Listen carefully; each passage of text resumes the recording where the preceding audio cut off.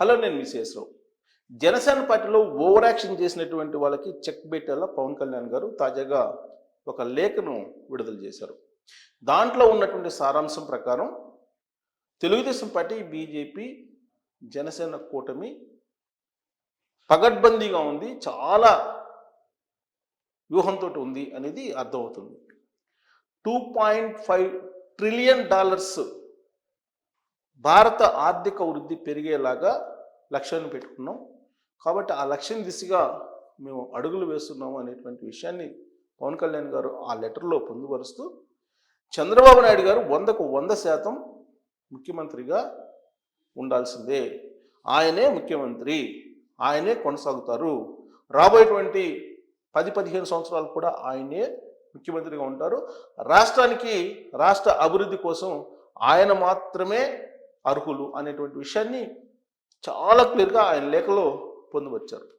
దీంతో ఆ లేఖను చదివినటువంటి వాళ్ళు ఎవరైనా సరే ఈ ఓవర్ యాక్షన్ ఎవరైతే చేశారో వాళ్ళందరూ గప్చుప్ కాక తప్పనటువంటి పరిస్థితి, లేదంటే కఠినమైనటువంటి చర్యలు తీసుకుంటారని చెప్పి పవన్ కళ్యాణ్ గారు ఆ లేఖలో పొందుపరిచారు. ఎందుకు ఈ లేఖ రాయాల్సి వచ్చింది? అంత కఠినంగా ఒక సందేశాన్ని క్యాడర్కి పంపించాల్సి వచ్చింది పవన్ కళ్యాణ్ గారు అని అంటే, ఇటీవల కాలంలో డిప్యూటీ సీఎం లోకేష్ అనేటువంటి ఒక అంశం తెర మీదకి వచ్చింది. దాన్ని చిలవలు పొలవలు చేసి కొంతమంది కూటమిని బ్రేక్ చేసేటువంటి ప్రయత్నం చేశారు అనేది ఆయనకున్నటువంటి ఇన్ఫర్మేషన్. వాస్తవంగా సోషల్ మీడియాలో కొంతమంది వైఎస్ఆర్ కాంగ్రెస్ పార్టీ వాళ్ళు కూడా కోర్టులాగా జొరబడుతున్నారు. సోషల్ మీడియా పోస్టులు అటు జనసేన, ఇటు తెలుగుదేశం పార్టీ, ఇటు బీజేపీ పెట్టినటువంటివి అనుకోవడానికి లేదు. వీళ్ళకు ఉన్నటువంటి గ్రూపుల్లో కొంతమంది సింపథైజర్స్గా జొరబడి కూటమిని విచ్ఛిన్నం చేసేటువంటి పోస్టులు చాలా సందర్భాల్లో ఈ 5-6 నెలల్లో పెట్టినటువంటివి ఉన్నాయి.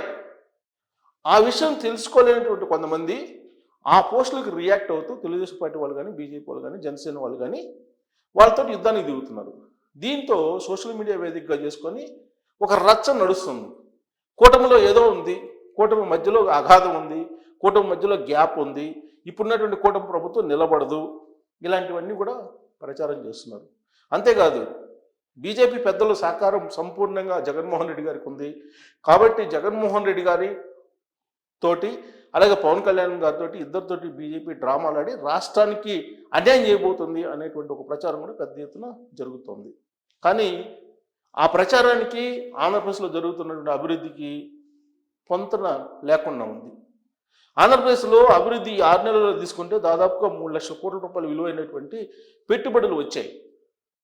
వీటితో పాటు కేంద్ర ప్రభుత్వం నుంచి వచ్చినటువంటి సహాయ సహకారాలు కనుక మనం రివీల్ చేసుకుంటే నరేంద్ర మోడీ గారికి, చంద్రబాబు నాయుడు గారికి మధ్య ఎంత సఖ్యత ఉందనేది అర్థమవుతుంది.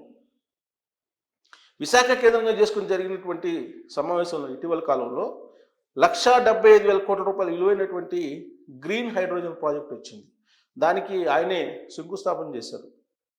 ఎన్టీపీసీ, ట్రాన్స్కో సంయుక్తంగా ఆ ప్రాజెక్టును చేపట్టింది. అలాగే రోడ్డు కనెక్టివిటీకి సంబంధించి దాదాపు కొన్ని వేల కోట్ల రూపాయలు ఇచ్చారు.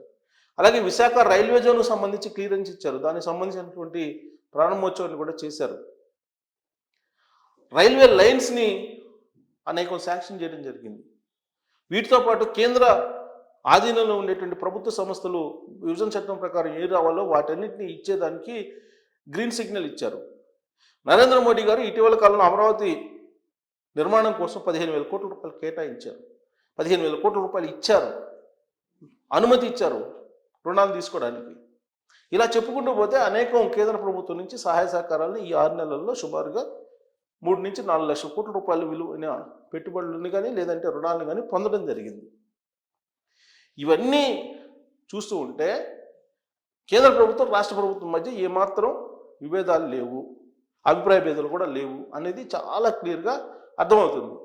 కానీ కేంద్ర ప్రభుత్వానికి, రాష్ట్ర ప్రభుత్వానికి మధ్య గ్యాప్ ఉంది, కూటమిలో గ్యాప్ ఉంది అనేటువంటి ఒక ప్రచారం బలంగా తీసుకెళ్లడం ద్వారా ఒక రాజకీయపరమైన అనిశ్చితిని క్రియేట్ చేసి రాష్ట్రానికి పెట్టుబడులు రాకుండా చేయాలనేది వైఎస్ఆర్ కాంగ్రెస్ పార్టీ యొక్క ఆలోచనగా ఉందని చెప్పి తెలుగుదేశం పార్టీ అలాగే జనసేన అధినేతలు నమ్ముతూ ఉన్నారు.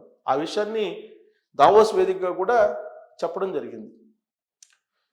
రాష్ట్ర అభివృద్ధి జరగకుండా అడ్డుకునే ప్రయత్నం చేస్తున్నారు, కీలకమైన కంపెనీలకు మెయిల్స్ కూడా పంపిస్తున్నారు అనేది అటు చంద్రబాబు నాయుడు గారు ఇటు పవన్ కళ్యాణ్ గారి యొక్క అభిప్రాయంగా ఉంది.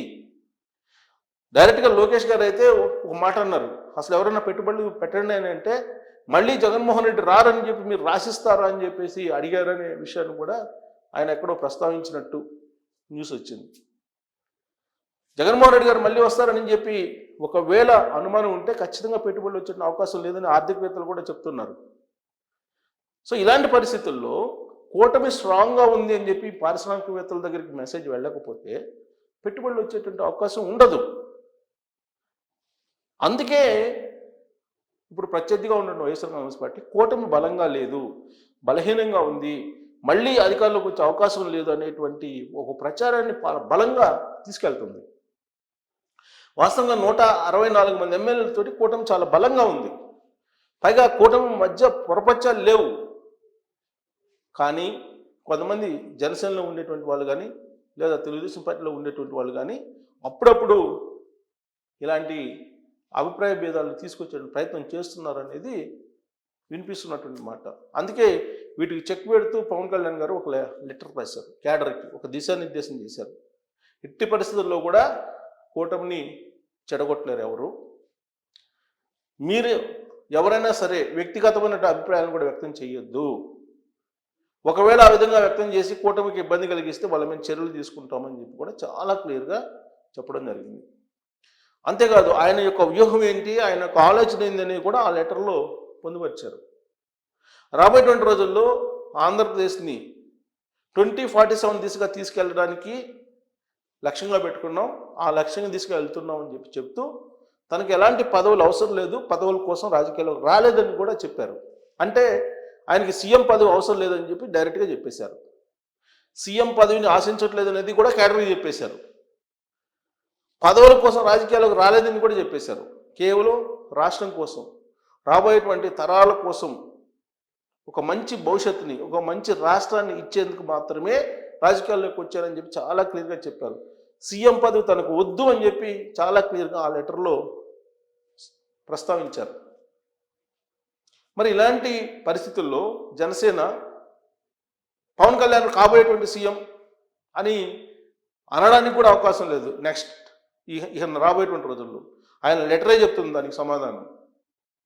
కావాలని కొంతమంది ముద్రగడ పద్మనాభం లాంటి వాళ్ళు లేదంటే హరిరామజోగి లాంటి వాళ్ళు ఏ విధంగా అయితే ముందుకు కొన్ని అనుమానాలను రేకెత్తిస్తూ వెళ్తున్నారు రాజకీయంగా, వాటిని అందిపుచ్చుకున్నటువంటి జనసేనకు సంబంధించిన క్యాడరు ఇలాంటి అలిగేషన్స్, ఇలాంటి ప్రచారం తీసుకొస్తుంది. ఇది కూటమికి ఇబ్బందికరమైన పరిస్థితి.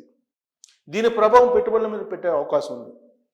అందుకే ఇలాంటి దానికి శాశ్వతంగా ఫుల్ స్టాప్ పెడుతూ పవన్ కళ్యాణ్ గారు ఒక లెటర్ రాసినట్టు జరిగింది. ఈ లెటరు బయటకు వచ్చిన తర్వాత జనసేనకు సంబంధించిన క్యాడరు ఇంకా కూడా కాబోయేటువంటి సీఎం పవన్ కళ్యాణ్, చంద్రబాబు నాయుడు గారు కేంద్రానికి వెళ్ళబోతున్నారు, డిప్యూటీ సీఎం లోకేష్, ఇలాంటి ప్రచారం కనుక చేస్తే ఖచ్చితంగా క్రమశిక్షణ చర్యలు పవన్ కళ్యాణ్ గారు తీసుకునే అవకాశం ఉందని చెప్పి తెలుస్తుంది. మరోవైపు తెలుగుదేశం పార్టీ క్యాడర్ను కూడా క్రమశిక్షణలో పెట్టేందుకు చంద్రబాబు నాయుడు గారు అలాగే లోకేష్ గారు ఇద్దరు కూడా ఒక క్లియర్ కట్ సందేశం ఇచ్చారు. ఈ డిప్యూటీ సీఎం అనేటువంటి ప్రచారానికి ఫుల్ స్టాప్ పెట్టకపోతే క్రమశిక్షణ చర్యలు తీసుకుంటాము అని చెప్పి. సో కాబట్టి టీ కప్లో తుఫాన్ లాగా ఇలాంటి వివాదం సమసిపోయినప్పటికీ కూడా అప్పుడప్పుడు ఎందుకు వస్తుందంటే కొంతమంది కోవట్లుగా ఈ కూటమిలో వైఎస్ఆర్ కాంగ్రెస్ పార్టీ వాళ్ళు మారి ఇలాంటి డిస్టర్బెన్స్ చేస్తున్నారు అనేటువంటి అభిప్రాయం కూటమిలో చాలా బలంగా వినిపిస్తుంది.